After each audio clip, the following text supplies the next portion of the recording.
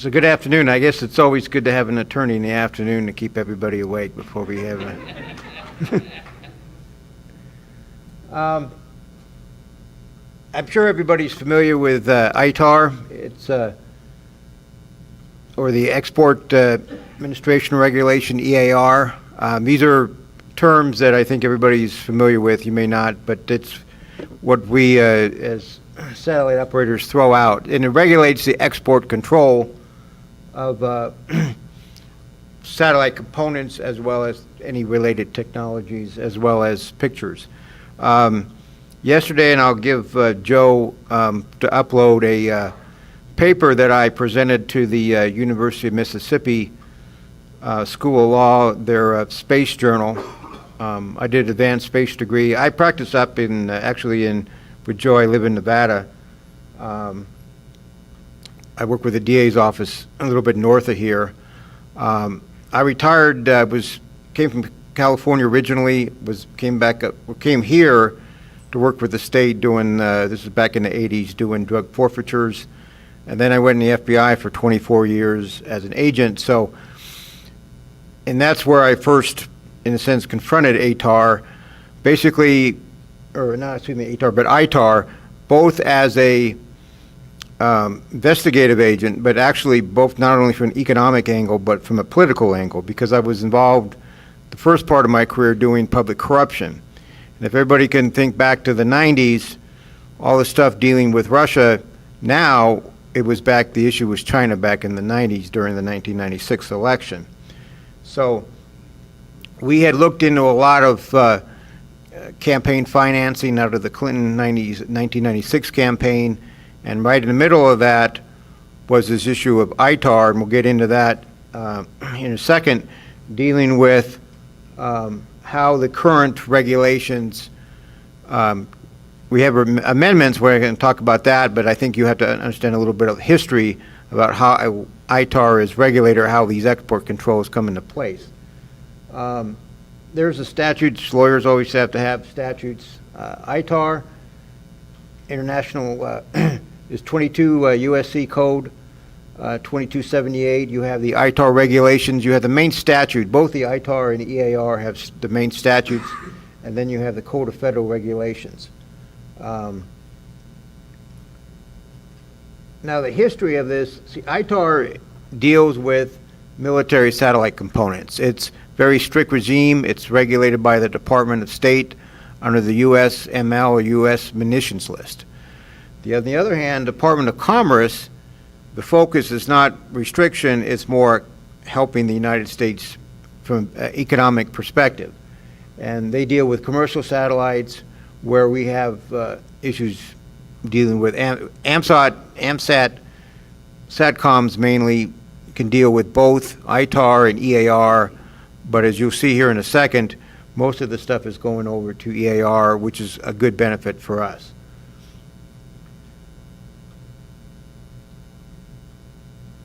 So, like I said, historically, ComSats have switched back and forth. Even in the Clinton era was at the beginning of the Clinton era, in '92, a lot of this stuff predominantly was regulated by the Department of Commerce. You always have two competing interests, and you see how that'll play out here in a second. You have on the one hand, you have the national security concerns, especially with remote sensing satellites, ComSats, that versus the promotion of the American satellite industry. And all this happened, the regulation got very strict in the mid to late 90s. At the time, the growth of the internet, the growth of the satellite industry, and it had a devastating impact on the commercial satellite sector. So all this happened prior to 1999. We had very loose regulation. It was all done by the Department of Commerce. And that's what I mentioned in 95, 96, right in the middle of this campaign financing regulations, and they had hearings in Congress. Right in the middle of that was these two satellite explosions that happened in the PRC in China. And used spacecraft and communications, and L'Oreal, Space Systems L'Oreal, had legitimate licenses to export these satellites to China to be on a PRC March 2E rocket. Both of them exploded within a year of each other. The question is, what was the issue? And that's where both Loral and Hughes and how the whole thing politically kind of blew up from there. Because what had happened was, right in the middle of this, all this political financing, it was determined you had Christopher Cox, who's not in Congress anymore, but he was in Congress. He got authority to have a committee to regulate, the Cox Committee, to investigate the actions of Hughes and Loral. Now, not necessarily the shipment of these satellites over there to be launched, but the subsequent investigation, because as what the Cox Committee report will determine, or what determined, and if you ever read, has anybody ever read the Cox report? It's very lengthy. But what happened was the technicians from Hughes and Loral went over to China and worked with PRC-related scientists to try to figure out what had happened, why was the trajectory, and why was these satellites, why did they fail to launch?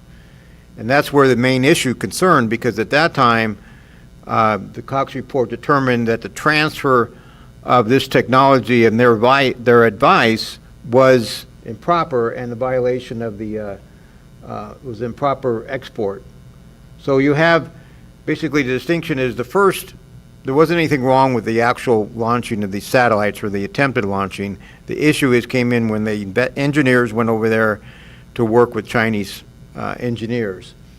And then also in the Cox report, and as well as in the media at the time, one thing that kind of got Congress all hinked up was there was a satellite board on one of these satellites that had classified information that determined to be missing. And so the question is, could China re-engineer these satellite components? And the March 1 rocket is used for their missiles. So the question is whether they can improve their technology illegally illegally on behalf of the United States. And that's what the Cox report concluded. There was the improper export transfer. Now, because of the unauthorized, kind of touchy here. I think the up-down arrow is probably not as touchy. Oh, okay, maybe that's a lot easier to. Okay. So what had happened was, in the 2009 National Defense Authorization Act, you have what's referred to as the Strong-Thurman Amendment.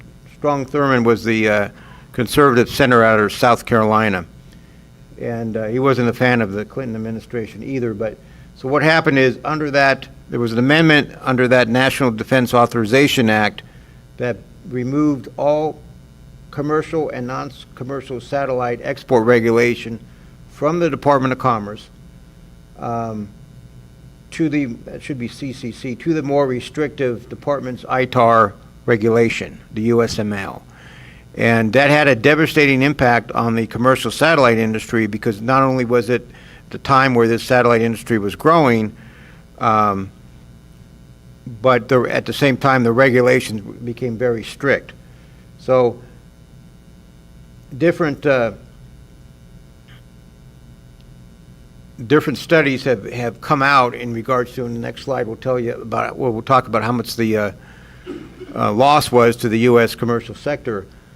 But you could see how broadly, prior to 1999, you had very slight changes in the USML. Basically, it only regulated, under the Department of State, only regulated satellites that had some type of military application. You had to have some tie-in to military application. And you could see after 1999 how it's very broad. The application, there was no longer a requirement that it had to be related to a military application. It included anything from commercial satellites, remote sensing satellites, scientific research, experimental. Basically, the whole satellite spacecraft was moved from the Department of Commerce over to the Department of State, and a very regimented, strict routine. Now, what was interesting is when I was looking through these statistics, even though 1% of the ITAR application was ever denied, the delay in the sense of trying to get anything through the Department of State resulted in and this is a conservative $2.3 billion, one Department of Defense. I've seen it up to $25 million. But you could see how one study went from prior to 1997, you had a 65.1% of worldwide market was owned by U.S. companies. That dropped down to a conservative 41%, and then I've seen other studies say went all the way back down to 25%. So it just had a devastating impact on the commercial satellite sector in the United States. And where did that go? It went to European firms such as French and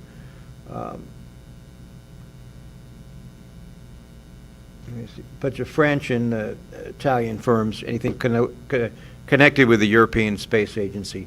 One of the papers I presented to the board yesterday, and I'll make that available, dealt with the effect of the ITAR on Canada's commercial space sector.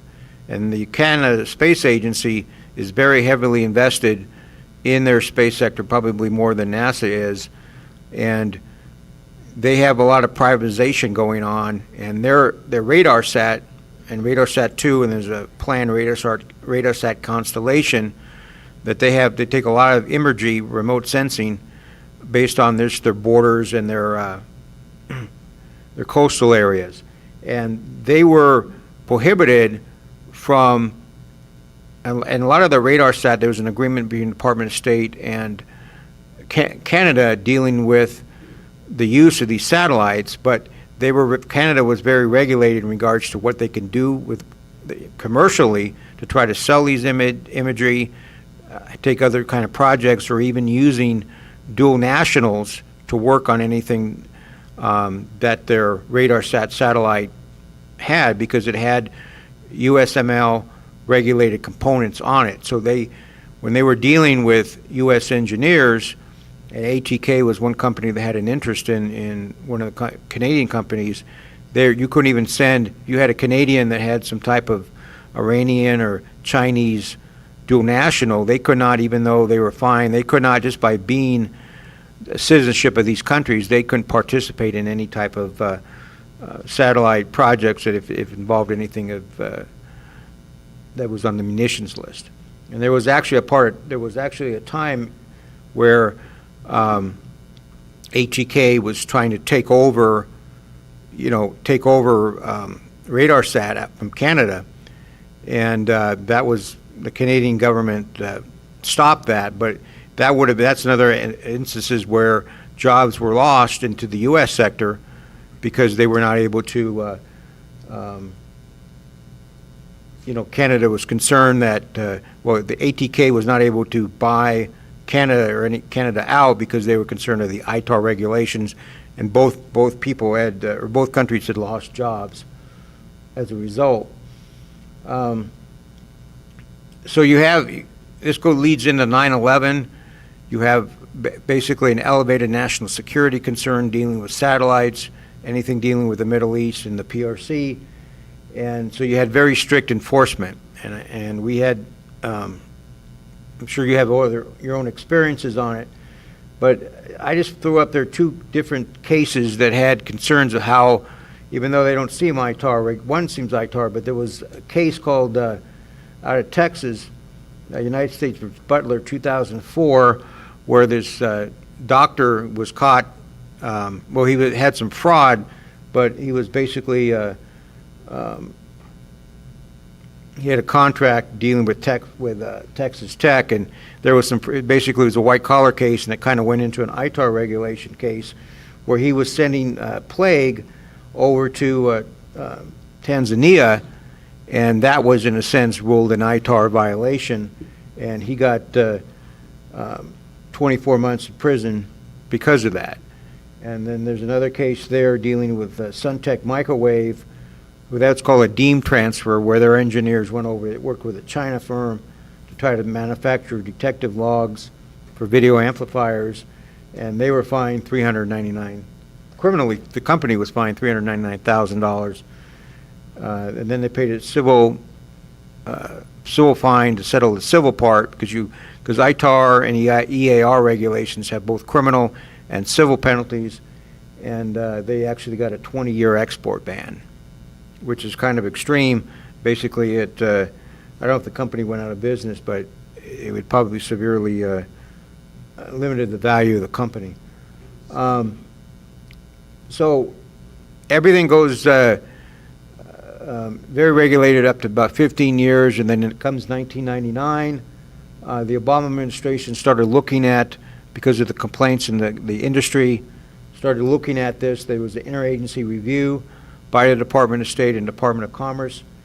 And one of the things in this report is the Department of State actually pointed out that one of their missions was to better protect America's most sensitive defensive technology while reducing unnecessary restrictions. So again, you have what this committee looked at is you had conflicting factors, the national security interest versus what's good for the economy to promote the satellite sector. So the review completed.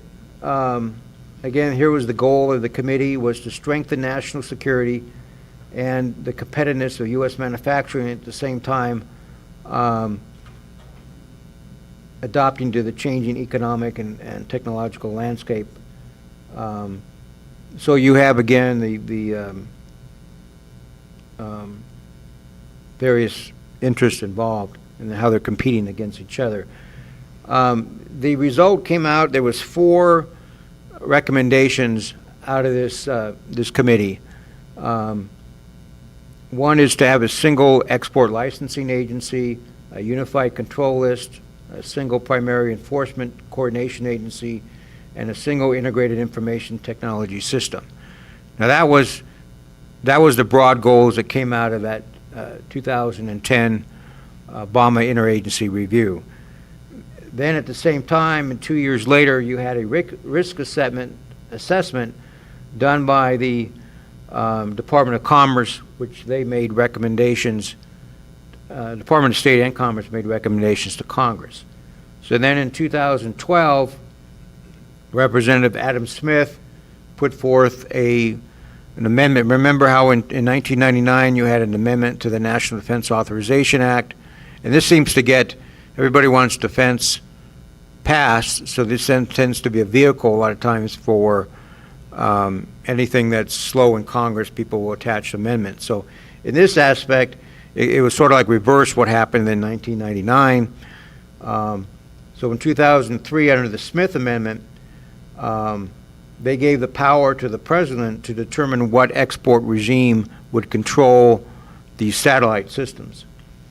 And then the Smith Amendment only authorized the president to determine which regime. So that theoretically could change, but, and it shows you the support of the bill that the amendment was passed. So pursuant to this legislation, so what does it mean for AMSAT and you? Pursuant to not only does it make it easier, but let me go back here. So maybe I left that one. Okay, so I guess it didn't get saved, but in November, what happened is the State Department, in the spring of 2014, the State Department acted on this legislation, and in November of 2014, the State Department allowed, or basically transferred everything off of the dealing with satellite or dealing with satellites with some restrictions now to the Department of Commerce. So we're basically back to where we were prior to 1999, where everything now is regulated predominantly by the Department of Commerce. So what does it mean for AMSAT and you?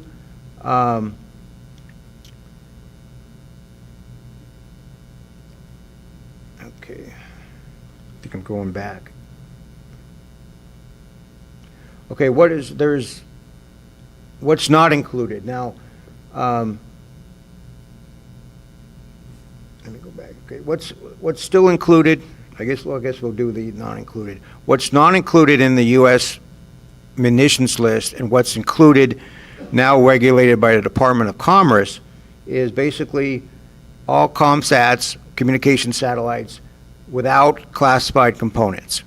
Now, there are certain exceptions. You have the NASA James Webb Satellite Telescope. That's the one that's is set to launch. If everybody, I think in the next few years, that's the one that's going to go look at exoplanets. That's the predominant mission of that. That does have certain classified components on it, but Congress just basically just exempted that in 2013. And then you have remote sensing satellites with certain performance parameters. Now, where that affects us is if you have a CubeSat that has a GPS system on it, and if it falls within certain regulations, it is going to be still subject to the USML under the Department of State. So any type of GPS system that's specifically designed or configured for military use is still regulated by the Department of State, as well as any GPS receiving equipment designed to produce navigation results above, should be 60,000, not 60,000 feet altitude, as well as 1,000 knots velocity or greater. If your GPS does those results over 60,000 feet, you're going to have still subject to USML, and that basically is still going to encompass low Earth orbit with your 2,250 miles. There are some changes. There's still a COMSAT or a CubeSat exclusion that has come up a couple times. It hasn't passed yet. In 2017, there was a couple amendments that the State Department made, increased aperture threshold for remote sensing, and a lot of the technical capabilities with propulsion were removed off of the USML back to the Commerce Control List, so that makes it really easier for licenses to be approved. And what's important is the Department of State will continue to review the export regime as the technology warrants. So it's an ongoing process. I think for us, as we're trying to develop a policy,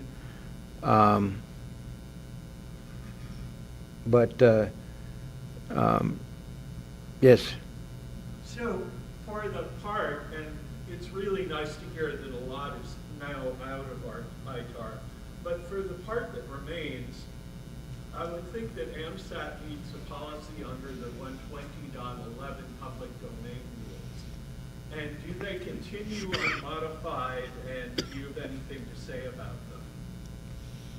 Let me see if I get your question. You're talking, we're in the process of trying to develop, but you're talking about stuff in public domain use, or?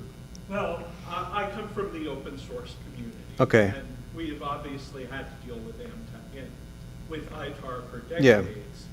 And for the most part, we don't have problems. And the reason for it is that we perform all of our development in the open. As soon as we write a line of code, we check it into a public repository. Yes. And as far as the law is concerned, it might as well be a public library.